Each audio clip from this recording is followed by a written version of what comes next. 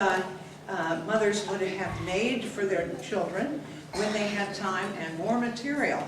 And of course, one of the most famous rag dolls ever was a doll that was created clear up in 1915.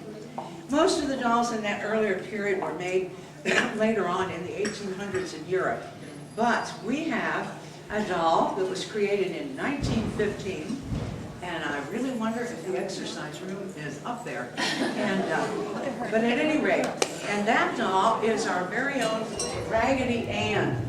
And Raggedy Ann, in her checkered dress and her apron and her attractive hairstyle, became one of the most popular dolls of all time. In fact, there was a whole series of books about Raggedy Ann. Hundreds of Raggedy Ann stories. Now, a few years later, they gave her a brother called Raggedy Andy. And Raggedy Andy wore a sailor suit. Now, you're all too going to have a chance to get pictures with them later as well, but you're welcome to come. Raggedy Ann is a very popular doll because she is huggable, and she's made out of fabric, and she's soft, and this became a favorite doll of all children, Raggedy Ann and Raggedy Andy. So, and you know what? Just on an economic point of view, she came about right at the time of World War I, and we couldn't get dolls from Europe. So this was an American doll, produced here, and we had the war years to really get this industry going. So, Raggedy Ann was one of the favorites, and she'll stay up here. Oh, do we have any Raggedy Anns with us? Here, did anyone bring their Raggedy Ann doll with them? Well, we have one in the lobby.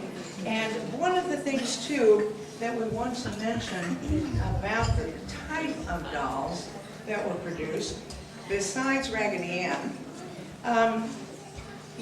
another type of doll that was created in that time was made out of other substances.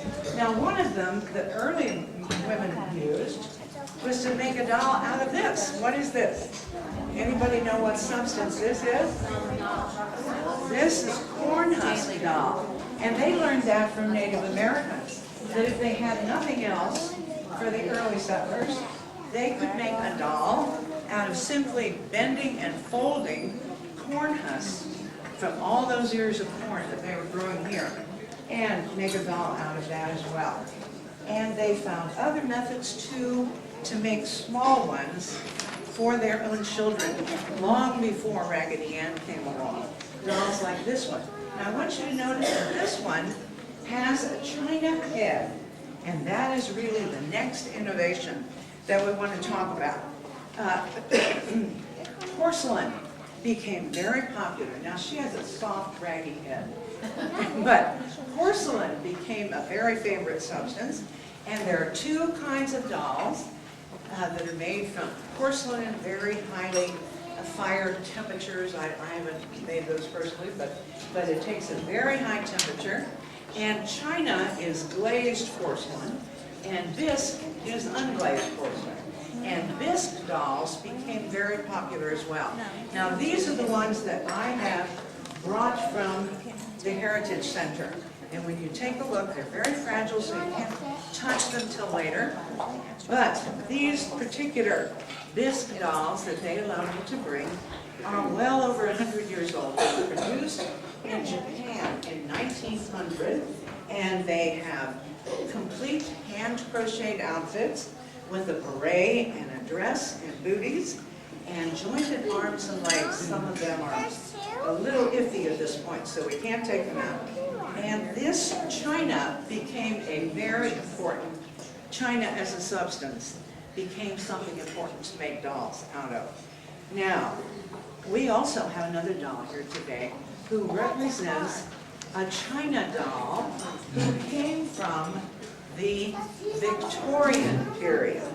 When we talk about Victorian, she is a Victorian doll, and she is wearing her, what we call mutton sleeves.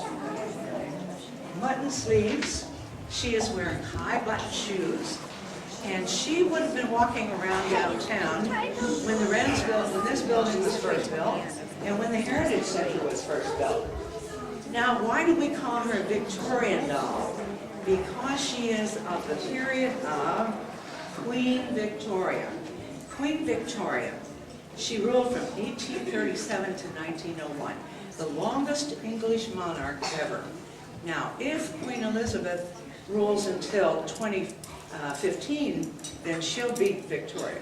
I don't know if Victoria will care about that, but she lent her name to so much in our culture. So when you watched that wedding this weekend, you were watching a lot of traditions that really came about in the Victorian period. So